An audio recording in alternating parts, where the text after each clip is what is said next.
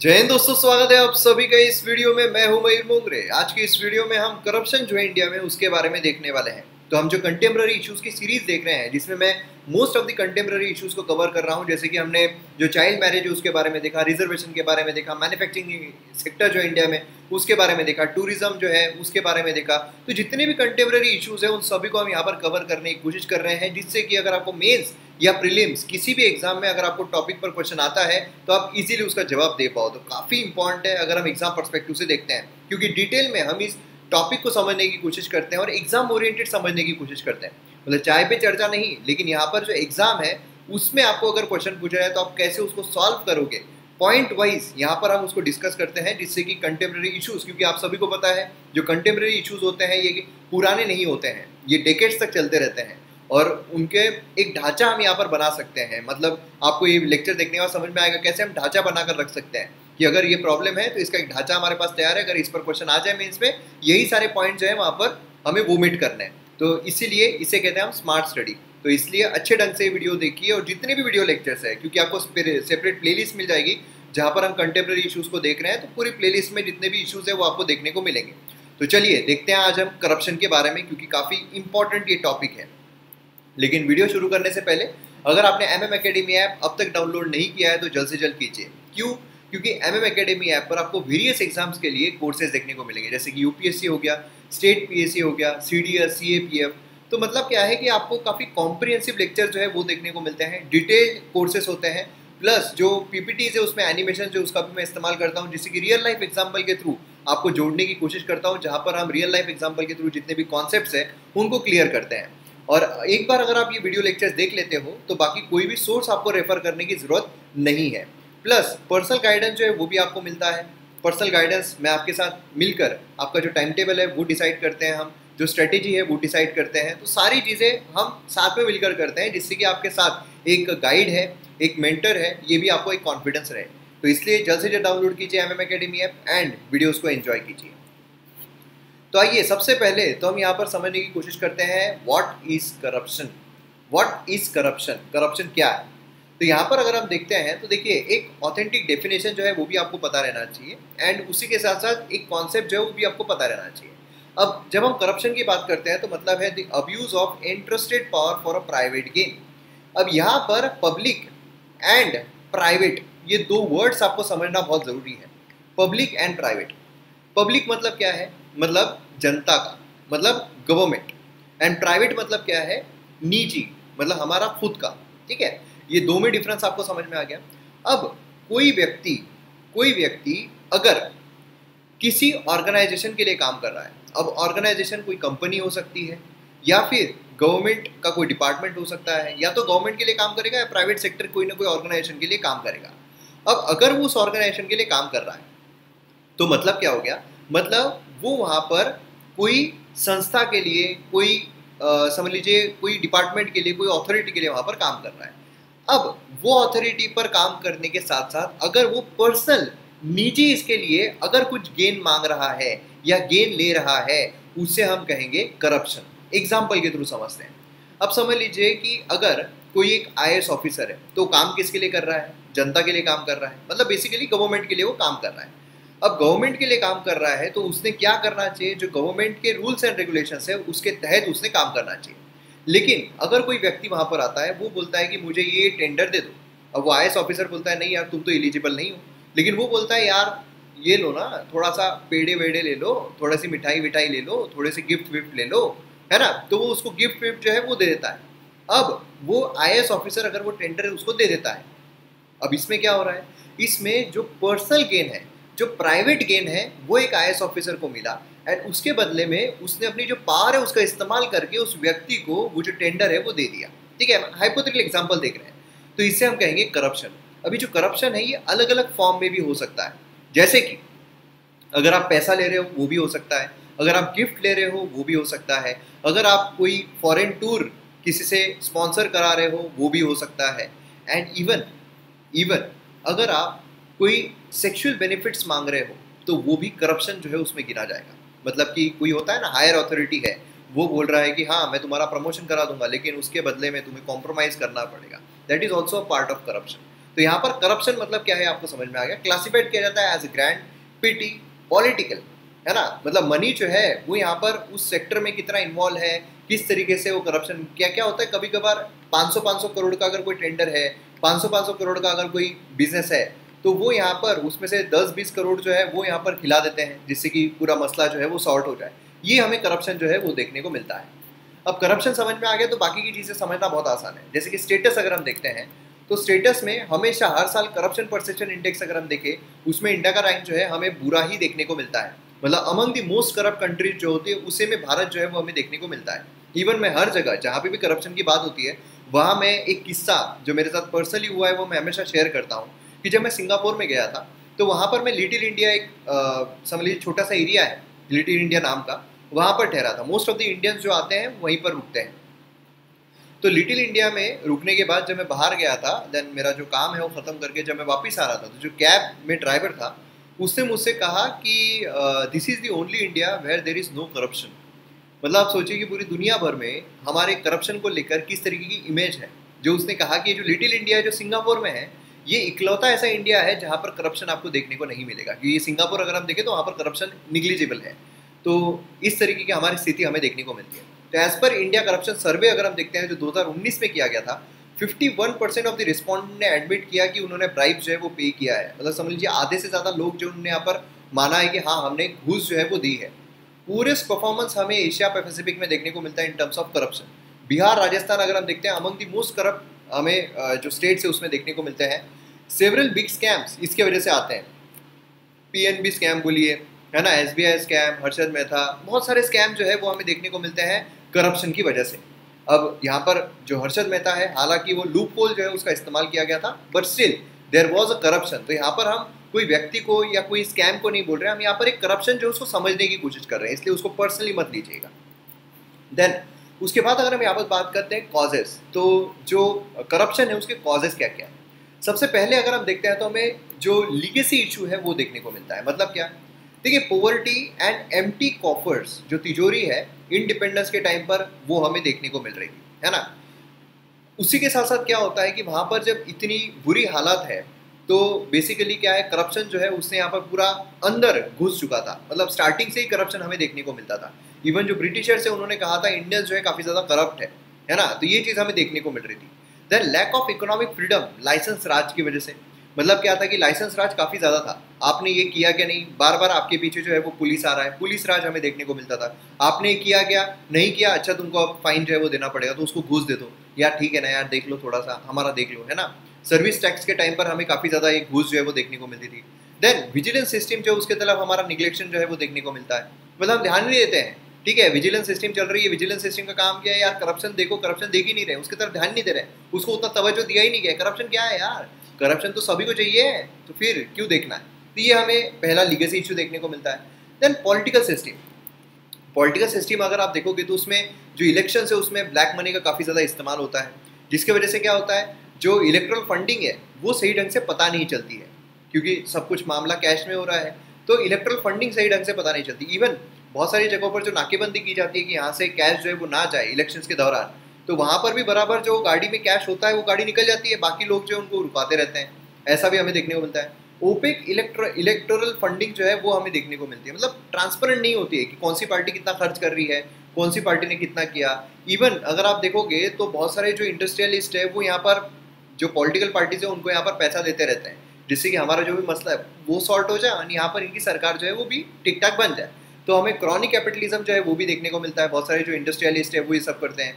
Criminalisation जो है politics का, जो बहुत ज़्यादा गुंडे हैं वो पॉलिटिक्स में आ जाते हैं, है ना। ऐसा कहा जाता है कि जो बहुत बड़े बड़े गुंडे रहे हैं, ठीक है, जो कुछ नहीं कर सकते वो यहाँ पर पॉलिटिक्स में आ जाते हैं, ऐसा पहले कहा जाता था। अब तो खैर बहुत चेंज हो रहा है सिनारियो हमारे पॉलिटिक्स का, उसमें जो पढ़े लिखे लोग हैं वो भी यहाँ पर एंट्री मार रहे हैं। पहले ऐसा था कि पढ़े लिखे लोग जो है वो एंट्री मार ही नहीं सकते थे। क्रिमिनलाइजेशन इतना ज़्यादा हो गया था पॉलिटिक्स का कि अगर किसी ने एंट्री मारा, अगर किसी को खतरा लग रहा है उसको सीधा दहाड़ दो, मार दो, या फिर बीच में कुछ टांग अड़ा दो, ऐसा देखने को मिलता था। लेकिन अब यहाँ पर एंट्री जो है वो हमें देखने को मिल रही है। तो क्रिमिनलाइजेशन जो है पॉलिटिक्स का वो हमें देखने को मिलता है। देन इकोनॉमिक स्ट्रक्चर अगर हम देखते हैं तो उसमें भी लो लेवल ऑफ फॉर्मलाइजेशन। अगर हम देखते हैं हमारी फॉर्मलाइज इकोनॉमी नहीं है। अगर आप देखोगे 90% अगर हमारा सेक्टर देखते हो तो अनऑर्गेनाइज सेक्टर हमें देखने को मिलता है। जो सही ढंग से ऑर्गेनाइज नहीं है, जो सही ढंग से जो पैसा है वो प्रोवाइड नहीं करता है, सही ढंग से सैलरी स्ट्रक्चर नहीं है, सही ढंग से सोशल सर्विस प्रोवाइड नहीं कर रहा है। तो इकोनॉमिक स्ट्रक्चर जो है ये भी एक बहुत बड़ा प्रॉब्लम है, जहाँ पर घूस जो है वो कंटिन्यूसली चलती रहती है। जो रूल्स है, स्ट्रिंजेंट कंप्लायंस रूल, क्या होता है, जितने ज़्यादा आप रूल थोपोगे ना उतना ही ज़्यादा करप्शन बढ़ेगा, क्योंकि उतने ही ज़्यादा लोग तोड़ने वाले मिलेंगे। हमें देखने को मिलता है ना, देखिए आप क्या है, जो ट्रेन्स है, ठीक है, लोकल ट्रेन, खासकर अगर आप मुंबई की बात करो, लोकल ट्रेन्स है, वहाँ पर क्या होता है, वहाँ पर आधे ज़्यादा लोग टिकट निकालते नहीं है। फिर अगर टीसी ने पकड़ लिया 250 रुपये है तो 50 रुपये दे देना, 100 रुपये दे देना, निकल जाना। ये चीज़ें हमें देखने को मिलती है। Then unequal distribution of wealth है, किसी के पास बहुत ज़्यादा हो गया है, किसी के पास बहुत कम हो गया है। यहाँ पर भी करप्शन जो है वो शुरू हो जाता है, क्योंकि बड़े लोग जो है और अपना बड़ा काम करवाना चाहते हैं। जो फॉल्टी प्रोसेस है ऑफ लिबरलाइजेशन वो हमें देखने को मिलती है। जो लिबरलाइजेशन हुआ है, जो हमें आज़ादी दी है, जो थोड़ा बहुत सहूलत प्रोवाइड की है, वो भी हमें फॉल्टी प्रोसेस देखने को मिलती है, जहाँ पर बहुत ज़्यादा रिस्ट्रिक्शंस ये सब है, जिसमें क्या होता है कि थोड़े थोड़े बात पे कि ये काम जो है इसको 10 दिन लग रहे हैं, तो यार 5 दिन में कर दे, ये ले पैसा ले ले।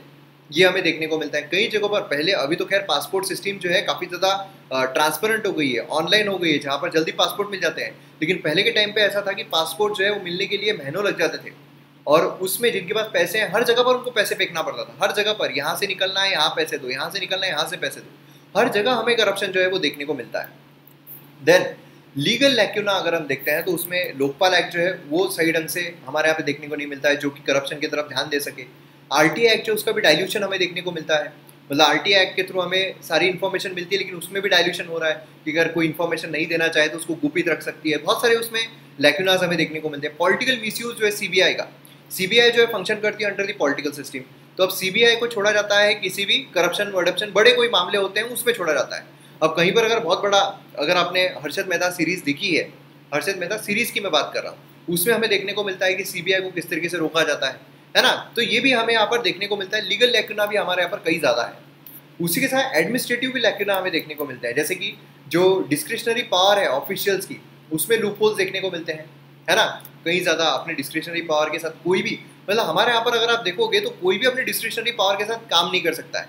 कोई भी ऐसा नहीं बोल सकता है कि जो मैं बोलूँगा वैसा ही होगा, ऐसा कोई नहीं बोल सकता है। इवन प्रधानमंत्री भी अगर आप देखोगे तो ज़्यादा ही अगर वो करे, पॉलिटिकल पार्टी उसको दबा देती है, किसी और को लेकर आ जाती है, ऐसा हमें देखने को मिलता है। Lack of resources, funding, infrastructure हमें देखने को मिलता है, जहाँ पर सही हमारे पास रिसोर्सेज नहीं है कि हम पता लगा सके, फंडिंग नहीं है कि हम लोगों को तैनात कर सके, मैन पावर रख सके, इंफ्रास्ट्रक्चर डेवलप नहीं है कि हम यहाँ पर पता लगा सके पूरा टेक्निकल एस्पेक्ट से कौन करप्शन कर रहा है, किस तरीके करप्शन कर रहा है।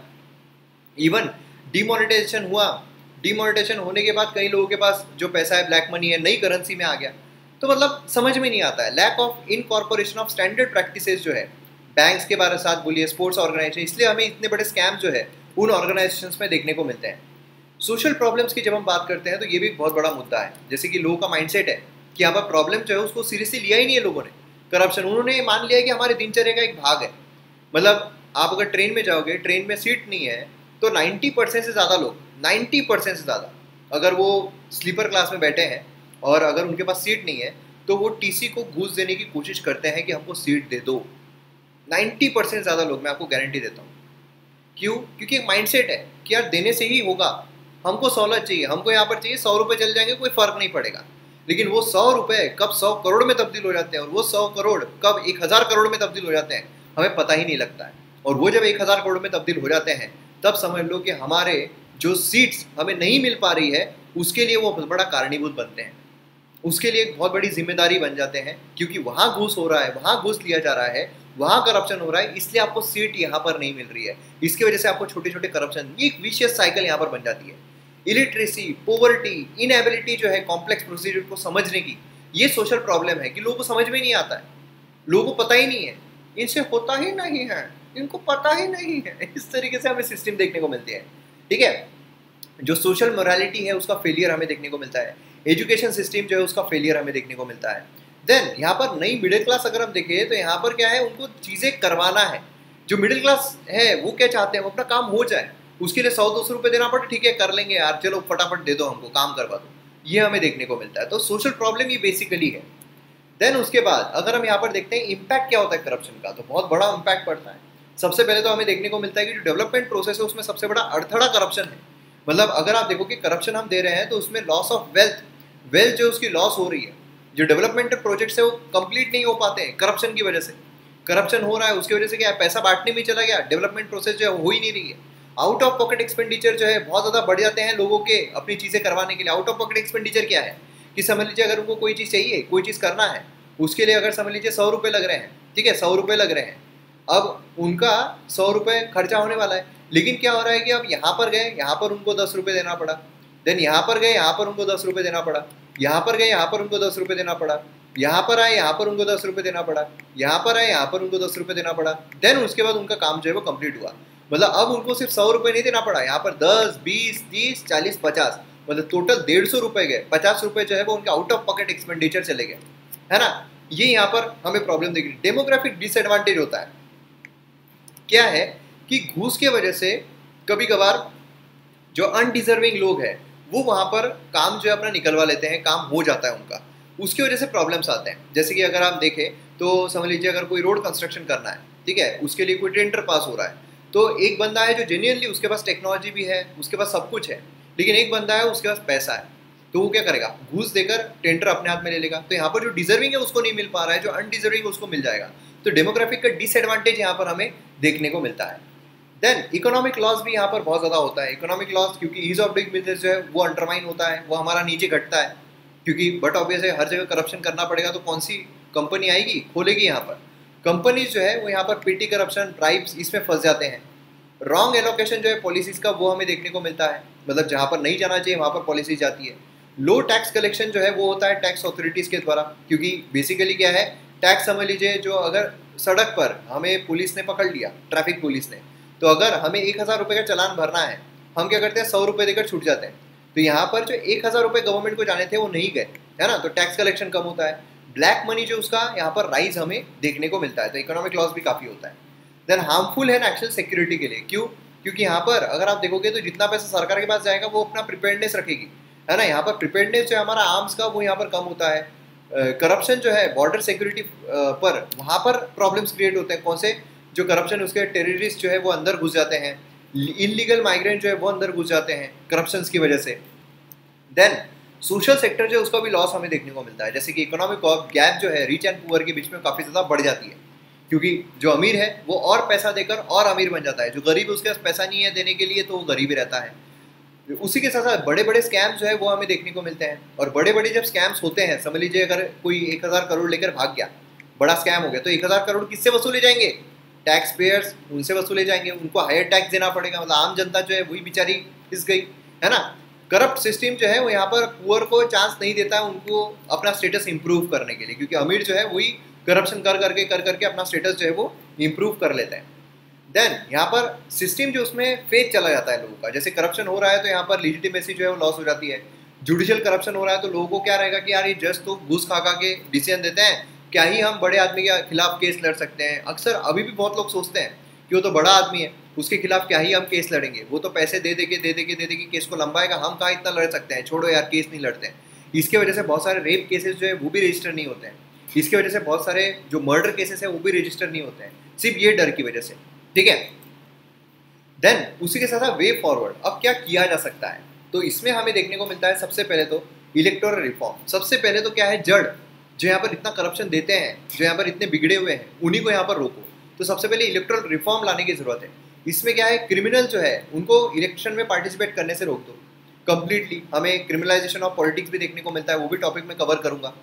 देन उसके बाद लिमिट जो है ओवरऑल एक्सपेंडिचर पर पॉलिटिकल पार्टीज की वो इम्पोज करो कि पॉलिटिकल पार्टी इससे ज़्यादा खर्च नहीं कर पाएगी। हालांकि किया हुआ है लेकिन ट्रांसपेरेंसी नहीं है, पॉलिटिकल पार्टी ब्लैक मनी पे खर्च करती है। स्टेट फंडिंग जो है इलेक्शंस रियलिटी वो लेकर आ जाओ, स्टेट फंडिंग जो है वो यहाँ पर होनी चाहिए। Empowering election commissioner of India, यहाँ पर लीगल फोर्स उनको दो। अभी उनको टूथलेस टाइगर बोला जाता है कि इलेक्शन कमिश्नर ऑफ इंडिया उनके पास पावर नहीं है। अगर कोई मॉडल कोड ऑफ कंडक्ट जो है उसको अगर खारिज भी कर रहा है, तोड़ भी रहा है, तो इलेक्शन कमीशन कुछ नहीं कर सकती है, उसमें उनको कुछ पावर प्रोवाइड करो जिससे कि वो कुछ और अच्छा कर सके, ठीक है। देन यहाँ पर जो ऑटोनॉमस इंस्टीट्यूशन उनको स्ट्रेंथन करने की जरूरत है, जैसे कि हमारे चीफ इंफॉर्मेशन कमिश्नर जो उनको प्रोटेक्ट करना, उनकी ऑटोनॉमी को प्रोटेक्ट करना, इंडिपेंडेंसी को प्रोटेक्ट करना। इंडिपेंडेंसी भी उनकी खारिज हो चुकी है। देन यहाँ पर मैन पावर रिक्वायर्ड है, इंफ्रास्ट्रक्चर रिक्वायर्ड है, ट्रेनिंग जो है वो रिक्वायर्ड है। यहाँ पर ओवरलैपिंग जो ड्यूरिडिक्शन का लोकपाल का सीबीआई का उसको खत्म कर दो, जिससे कि इंडिविजुअली ये लोग अपना अपना काम कर सके, करप्शन को कम कर सके। देन एडमिनिस्ट्रेटिव रिफॉर्म हमें देखने को मिलते हैं जिसमें है कि सिविल सर्विस बोर्ड जो है वो यहाँ पर स्टैब्लिश किया जाना चाहिए एक्सेसिव पॉलिटिकल कंट्रोल से कम करने के लिए। हायरार्की लेवल जो है गवर्नमेंट में उसको रिड्यूस करना चाहिए, जिससे कि जितना ज़्यादा ऊपर बढ़ेंगे उतना ही करप्शन, लोग प्रमोशन में भी करप्शन करते हैं कि देखो यार हमको प्रमोशन दे दो, वहाँ तक पहुँचा दो, मैं तुमको इतना पैसा दे दूंगा, है ना। पीरियडिक सेंसिटिव ट्रेनिंग जो है सिविल सर्वेंट्स की वो होनी चाहिए, जिससे क्या है उनकी जो एथिक्स है जो इंकलकेट किए गए हैं पढ़ाई के दौरान, अभी हम एथिक्स पढ़ते हैं, अभी हम मोरालिटी पढ़ते हैं, अभी हम एम्पैथी पढ़ते हैं, लेकिन बाद में ये सारी चीज़ें भूल जाते हैं जब पैसा आना शुरू होता है। तो ये जिंदा रहना चाहिए, इसके लिए कंटिन्यूसली यहाँ पर सेंसिटिव ट्रेनिंग जो है वो होती रहनी चाहिए। पुलिस एंड जुडिशियल रिफॉर्म जो है वो भी यहाँ पर होना चाहिए, बहुत इंपॉर्टेंट है। तो ये हो गया administrative reform. Then governance reform, इसमें ई गवर्नेंस जो है मतलब जितनी ज़्यादा ट्रांसपेरेंसी हम ला सके वो यहाँ पर लाने की जरूरत है, अकाउंटेबिलिटी ट्रांसपेरेंसी बढ़ाने के लिए। डिजिटल इंडिया प्रोजेक्ट्स को और ज़्यादा बढ़ावा देना चाहिए, राइट टू सर्विस एक्ट को यहाँ पर एनैक्ट करना चाहिए। देन इकोनॉमिक रिफॉर्म्स हमें देखने को मिलते हैं, जिसमें इकोनॉमी को हमें फॉर्मलाइज करने की जरूरत है, यहाँ पर कॉर्पोरेट गवर्नेंस को इंप्रूव करने की जरूरत है, जिससे करप्शन जो है उसको हम कम कर सकें, ठीक है। देन सोशल सेक्टर इंप्रूवमेंट यहाँ पर हमें देखने को मिलते हैं, जहाँ पर सिटीजन जो उनका अवेयरनेस यहाँ पर फैलाया जाए, सिटीजन्स यहाँ पर अवेयर हो जाए, जो डेमोक्रेटाइजेशन है मासेस में वो इंक्रीज करना चाहिए, जिससे कि उनका पार्टिसिपेशन बढ़े, जिससे कि लोगों को ये पता चले कि नहीं यार ये नहीं होना है। आजकल मोबाइल आ गया है तो बहुत ज़्यादा लोग भी डरने लगे हैं, है ना, कि अब अगर आप ट्रेन में भी देखोगे तो जो घूस देने की कोशिश करता है, देखो यार थोड़ा सा, तो रात को 12 बजे के बाद मोस्टली रात को 12 बजे के बाद उसको सुमड़ी में कोंटे में लेके जाता है ट्रेन के, और बोलता है ठीक है 200 रुपये तो सीट देता हूँ। वो अब लोगों के बीच में, पहले लोगों के बीच में लेना शुरू कर देते थे, हाँ चलो ये लो, जाओ तुम वो सीट पे बैठ जाओ, हाँ तुम वो सीट पे। आजकल मोबाइल आ गए, कौन कहाँ से कैप्चर कर ले, कौन कहाँ से शूटिंग कर ले बताते नहीं आता है ना, ये भी हमें देखने को मिलता है। तो मतलब मेरे साथ ऐसा हुआ था, मैं एक जगह पे बैठा हुआ था, बहुत पहले की बात है, मतलब समझ लो कि 2011 की बात है। उस टाइम पे ऐसा हुआ था कि एक जो ये होता है ना ट्रैफिक पुलिस वाला, ट्रैफिक पुलिस जो है वो वहाँ पर क्या कर रहे थे, उन्होंने बढ़िया घूस तो ले ली वो बंदे से, तो मैंने मोबाइल रिकॉर्ड करना शुरू कर दिया था। अब उसमें सब कुछ दिख गया, उसको भी दिख गया कि मैं रिकॉर्ड कर रहा हूँ। फिर उसको बुलाया उसने, उसके बाद उसको पर्ची जो है वो लिख के दिया, पर्ची में क्या लिखा वो नहीं पता, लेकिन उसके पर्ची जो है वो उसने एटलीस्ट कुछ ना कुछ किया। तो ये भी चीज़ें हमें देखने को, तो हमारा अवेयरनेस यहाँ पर होना बहुत ज़रूरी है ना, ताकि हमें ये पता चले कि नहीं हमें घूस देने की ज़रूरत नहीं है, हमें कुछ काम करवाने के लिए घूस देने की ज़रूरत नहीं, उनका काम है वो करना, उसके लिए गवर्नमेंट ऑलरेडी उनको घूस दे रही है, मतलब गवर्नमेंट उनको सैलरी दे रही है, ठीक है, तो इससे हमको अलग से देने की ज़रूरत नहीं है। तो ये चीज़ यहाँ पर अवेयरनेस होना बहुत ज़रूरी है, लोगों का पार्टिसिपेशन करना यहाँ पर बहुत ज़रूरी है, तो ये चीज़ हमें देखने को मिलती है। तो मैं उम्मीद करता हूँ आपको अच्छे तरीके से टॉपिक समझ में आ गया होगा। नेक्स्ट टॉपिक आपको कौन सा चाहिए आप कमेंट सेक्शन में ज़रूर बताइए, ताकि ये कंटेम्प्रेरी जो टॉपिक्स है वो मैं आपके हिसाब से भी यहाँ पर कवर करता जाऊँ, और एग्जाम पर्सपेक्टिव से आपको इसका फ़ायदा जो है वो ज़रूर होगा। तो मिलते हैं हम अगले वीडियो में, शेयर जरूर कीजिए, सब्सक्राइब कीजिए और डाउनलोड कीजिए MM Academy ऐप। तो मिलते हैं हम अगले वीडियो में, जय हिंद।